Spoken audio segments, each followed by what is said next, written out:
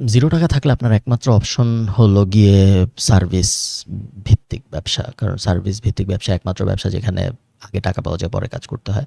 So যেকোনো service ভিত্তিক ব্যবসায় যদি আমি পিক করি, হোক ভিডিও এডিটিং, হোক লোগো বানানো, হোক লেখা, যেকোনো সার্ভিস যেটা, যেখানে আপনার প্রোডাক্ট বানাইতে হচ্ছে না। কারণ প্রোডাক্ট ভিত্তিক ব্যবসা আগে বানাইতে হয়, তারপর বেচতে হয় এবং বানাইতে টাকা লাগে। এবং যেহেতু আপনার কাছে ৳0 আছে, আপনি তো টাকা লাগে এরকম কিছু করতে পারবেন না। সো আপনার সার্ভিসের দিকে যাইতে হবে। অলমোস্ট যেকোনো সার্ভিসই আপনি বিক্রির চেষ্টা করতে পারেন। সার্ভিস বিক্রিতে সবচেয়ে বড় মিসকনসেপশন যেটা, সেটা হলো আম আমি এই স্কিলটা পারি, এই কারণে মনে হয় আমি ক্লায়েন্ট পাবো।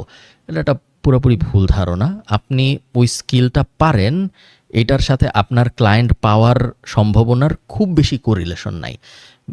আপনি পারেন, একটা পর্যায়ের পরে সবাই মোটামুটি পারে।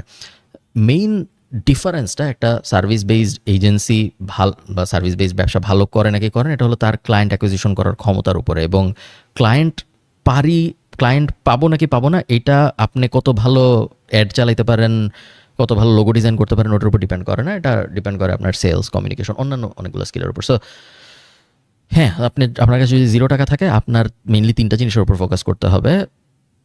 কমিউনিকেশন ভালো করতে পারা,